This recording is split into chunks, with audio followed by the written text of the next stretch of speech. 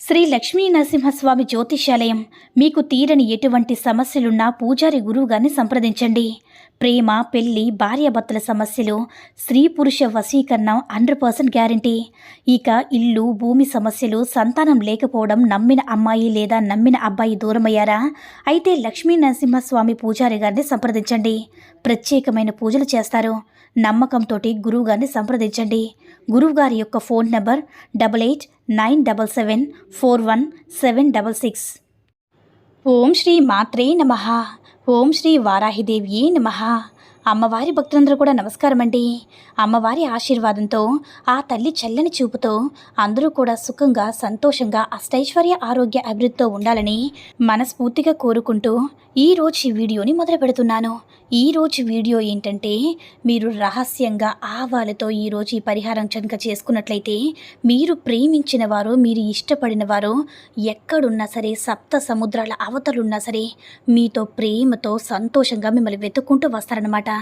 ఇది చాలా అంటే చాలా అద్భుతమైనటువంటి పరిహారం. ఈ పరిహారాన్ని అస్సలు మిస్ చేసుకోవద్దు. ఈ పరిహారం ఏంటంటే కనుక, ఆవాలతో పరిహారం అనేది చాలా అద్భుతంగా పనిచేస్తుంది కాబట్టి, ఇది ప్రతి ఒక్కరికి కూడా తెలుసు కాబట్టి, ఆవాలతో ఏ పరిహారం చేసినా సరే, దేనికోసం చేసినా సరే చాలా చాలా శక్తివంతంగా పనిచేస్తుందన్నమాట. డబ్బు కోసం చేసినా, లేదంటే అనారోగ్య సమస్యలున్నా, అప్పుల సమస్యలున్నా, పిల్లలు మీ మాట వినకపోయినా, భార్య భర్తల మధ్య గొడవలున్నా, ప్రేమికుల మధ్య గొడవలున్నా సరే, ఈ ఆవాలతో పరిహారం అనేది చాలా శక్తివంతం కాబట్టి, ఎలాంటి సమస్యకైనా పరిష్కారం తప్పకుండా అందుతుంది. కాబట్టి నమ్మకంతో ప్రయత్నించి చూడండి. ఇది జరుగుతుందా, జరగదని అపనమ్మకంతో మాత్రం అస్సలు చేయకండి. ఎందుకంటే ఆవాలతో పరిహారం అంటే చాలా పెద్ద ఖర్చేమీ కాదు కాబట్టి, 1 స్పూన్ ఆవాలుంటే సరిపోతుంది.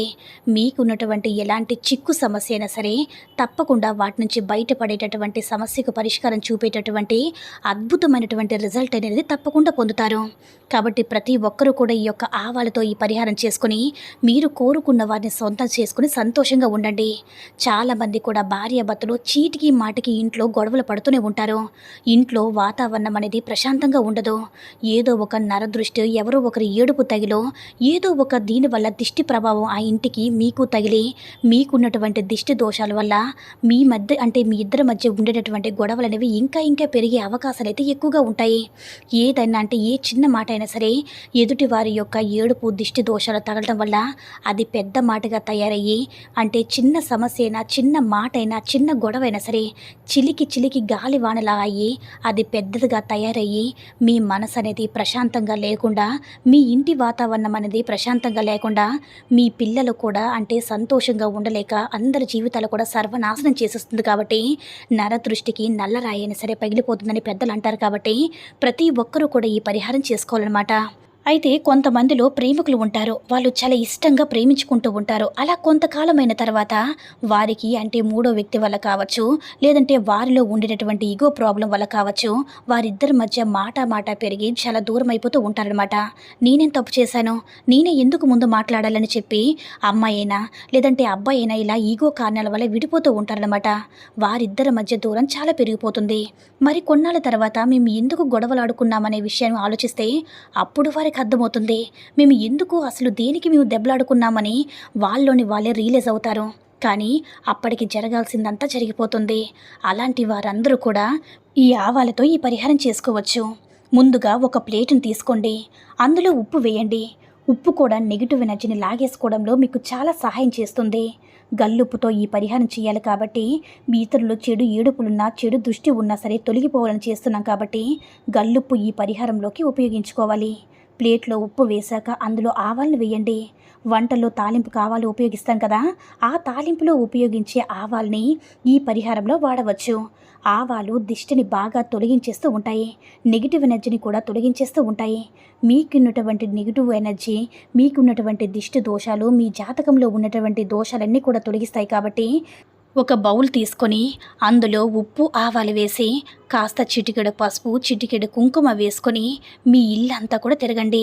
ఇలా మీ ఇల్లంతా తిరిగేటప్పుడు మా ఇంట్లో ఉండేటటువంటి ఎలాంటి చెడు దృష్టి ప్రభావాలన్నీ కూడా తొలగిపోయి మా జాతకంలో ఉన్నటువంటి దోషాలన్నీ కూడా తొలగిపోయి మేము కోరుకునే వారిని మా దగ్గరికి చేయాలని మనస్ఫూర్తిగా మీరు దేనికోసమైతే ఈ సంకల్పం చెప్పుకుంటున్నారో అది మనసులో చెప్పుకోండి.